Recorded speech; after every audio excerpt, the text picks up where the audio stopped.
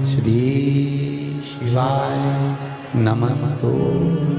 महाराज दुनिया के लोग नहीं समझते कि शंकर पर जल चढ़ाने का क्या लाभ है।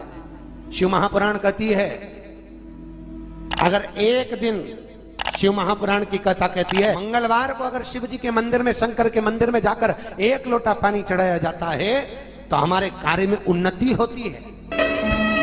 कोई व्यापार नहीं चलता हो, दिक्कत आ रही हो तो हनुमान जी के दूसरे नंबर का भाई गतिमान का स्मरण करो।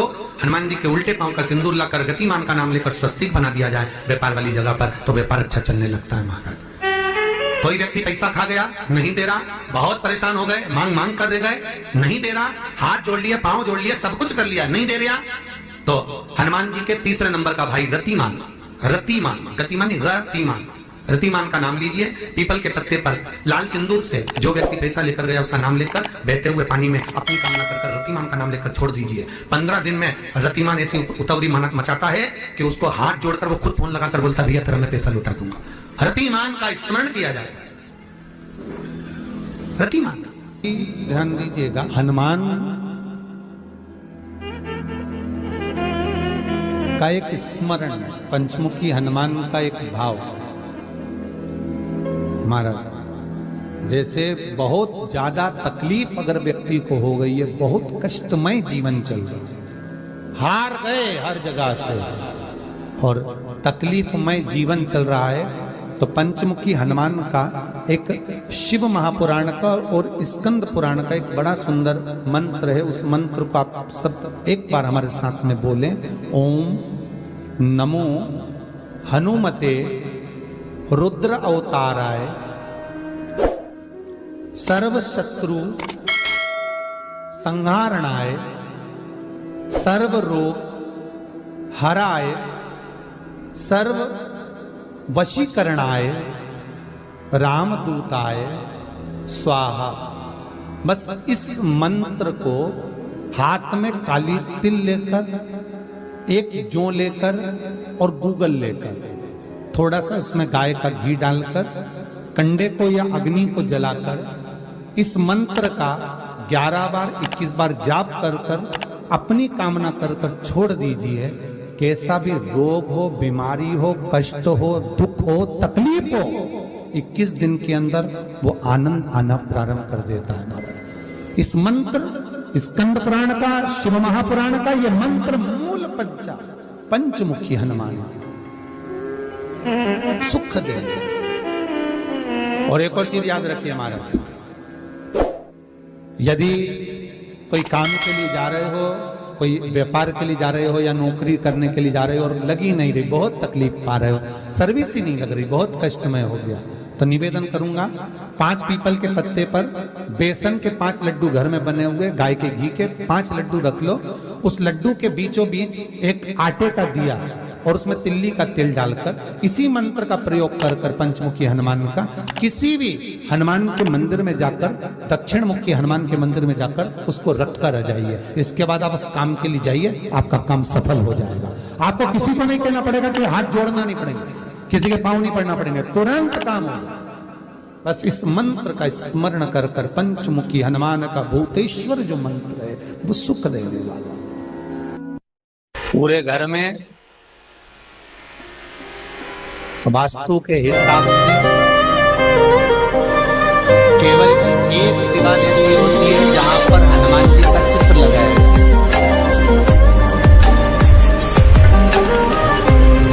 चाहे तो पर्वत उठाने वाला चित्र लगाओ हनुमान जी का, चाहे बैठे हुए लगाओ, चाहे रामायण पढ़ने वाला लगाओ, चाहे लंका दहन करने वाला लगाओ, चाहे राम नाम जपने वाला लगाओ, चाहे लक्ष्मण को संजीवनी देने वाला लगाओ, चाहे मौन मुद्रा में लगा दो, चाहे स्तुति में लगा दो, चाहे भजन में लगा दो। हनुमान जी का कोई भी चित्र लगता है तो ना पूरब में लगेगा, ना पश्चिम में लगेगा, ना दक्षिण में लगेगा। हनुमान जी का अगर चित्र लगता है तो उत्तर की दीवार में दक्षिण को देखते हुए लगता है, केवल एक ही स्थान।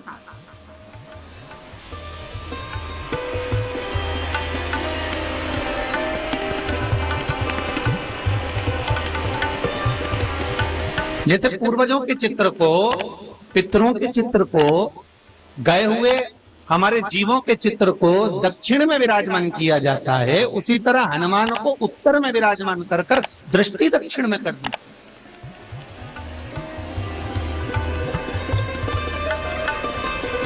घर में हनुमान जी के जितने फोटो होते हैं उसको केवल दक्षिण दिशा में लगा, उत्तर दिशा में लगा बिठाते थे, और दक्षिण की ओर उनकी दृष्टि होना चाहिए, दक्षिण की ओर उनका मुख होना चाहिए। क्यों? महाराज, अगर व्यक्ति के जीवन में कोई बीमारी आने वाली है, व्यक्ति के जीवन में कोई रोग आने वाला है, व्यक्ति के जीवन में अगर कोई कष्ट आने वाला है, व्यक्ति के जीवन में अगर कोई परेशानी आने वाली है, व्यक्ति के जीवन में कोई एक्सीडेंट का योग भी बनने वाला है, तो शास्त्र कहता है वो दिशा दक्षिण से ही बनता है।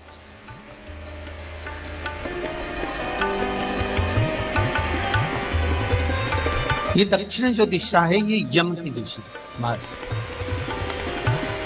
यहाँ संपूर्ण परिवार के साथ यमराज अपने आनंद में निवास करते। और जब हमारे घर में, हम ये नहीं कह रहे कि आप हनुमान जी का फोटो लगाओ, हम ये भी नहीं कह रहे, आपके घर में हो और आपने अगर विराजमान कर रखा है किसी दिशा में, तो हमारा तो निवेदन रहेगा, अभी तक आपने अगर जैसा रखा, पर एक बार दिशा बदल कर देखना कि रोग, बीमारी, कष्ट, दुख, तकलीफ में आपको लाभ मिला कि ना। हनुमान जी ने केवल दक्षिण दिशा की ओर अगर मुख कर हमने विराजमान कर दिया, फोटो ही विराजित किया। हम ये नहीं कहेंगे आपसे कि आप बाजार से फोटो खरीद के लाओ फिर लगाओ, नहीं, आपके घर में हो तो आप लगा दें, आपके घर में हो तो विराजमान।